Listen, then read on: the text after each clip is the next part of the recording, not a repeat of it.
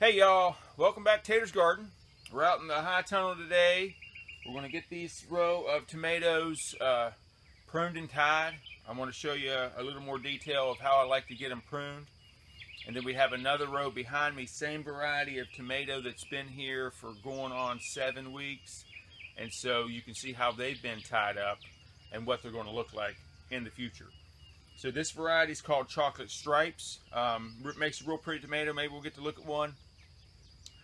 And the way that I like to tie them, the way I like to prune them is I like to prune them back to 2 liters, maintain those 2 liters until the 3rd or 4th fruit truss, and then I might let them go after that. But between now and then, I kind of like to manage them pretty specifically. So let's take a look at this plant here and how I'm going to get rid of some of these suckers. So at each one of these leaf joints on this tomato, these tomatoes have been here for a month, so they've really started to get going. I probably could have gotten out here and done this last week and it wouldn't be quite as much pruning as it would be today. I'm not at all concerned about how much I'm taking off the plant because it's not going to hurt it. But at each leaf joint, you can see this is the leaf, and at each joint there's a sucker coming out. The suckers have the look of their own tomato plant top. Okay, now the reason to cut the suckers off of these plants is because they're just going to get in the way. They're not, I mean, some people will say they're stealing nutrition from the plant, and that's partially true. They're taking nutrients out of the soil that the plant needs, but they're giving sugar to the plant because they are providing all of these additional solar panels for the plant. So it's kind of an even trade, honestly. All right, so the way I like to do them is at each leaf joint, I'm going to cut off every sucker until I get to that first blossom.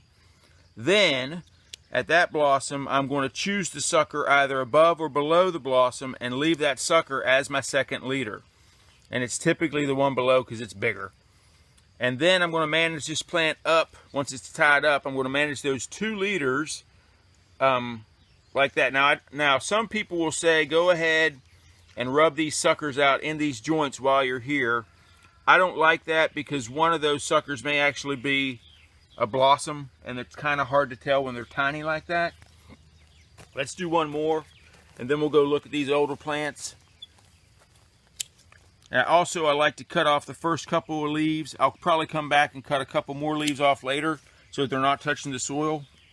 In the tunnel, the leaves on the soil, I still don't like them to be touching the soil, but it's not quite as critical as it is outside. All right, and that one's already done. Because there's no rain splashing up in the tunnel. You can see our drip tape is putting the water down on the ground.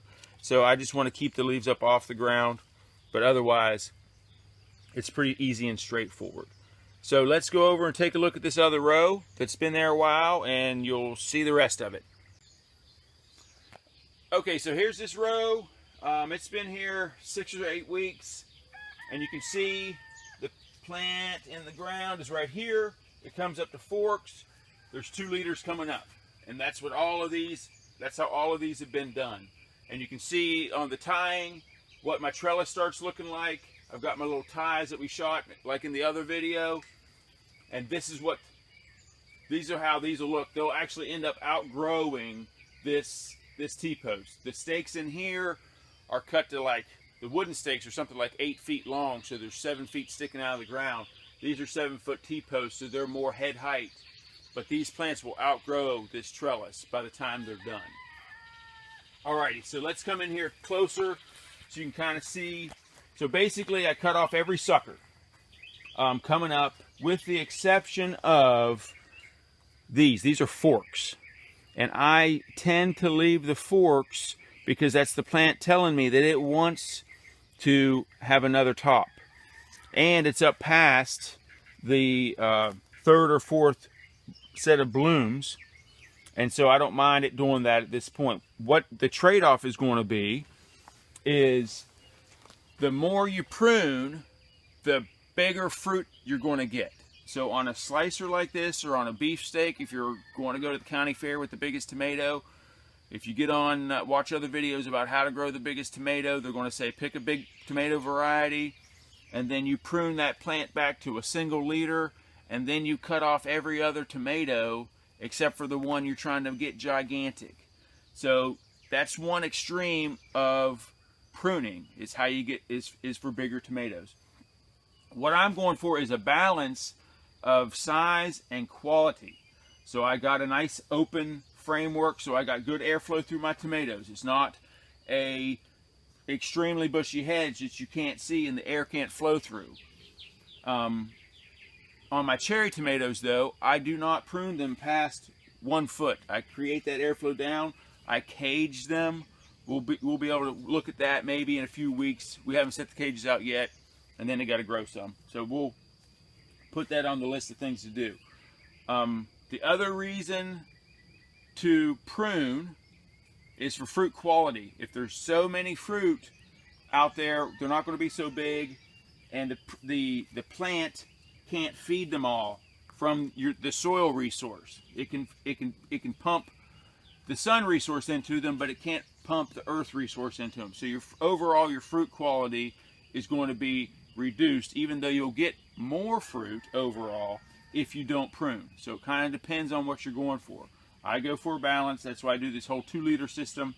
That's pretty common. I've talked to other people. They'll prune up to a 2nd liter, then they'll take a couple suckers off, but basically by that time the top of the plant is knee-high, they're done pruning and they just let it go. But a lot of times they're growing hybrids, so that works for them. With these heirlooms, I have to be a little more careful with how I'm pruning them. I've heard of people say that they only like to do a 1 liter, and I think that's a really good way to go if you're staking individual tomatoes, 1 liters, because they're easy. You have 1 stem, 1 stake. That's easy to manage.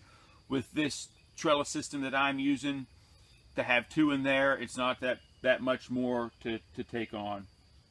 So that's about it. Leave us a comment if this was helpful or not, or if you have any questions. Like I said, in a few weeks we will do a update on the tomato cages that we're going to do outside, and by then we'll probably have all those tomatoes out there tied up, hopefully. I'm going to get back to work pruning on this short row over here. We'll definitely do an update later on with it, and I'm going to get those tied up today. So we'll see you soon. I hope you're having a good one.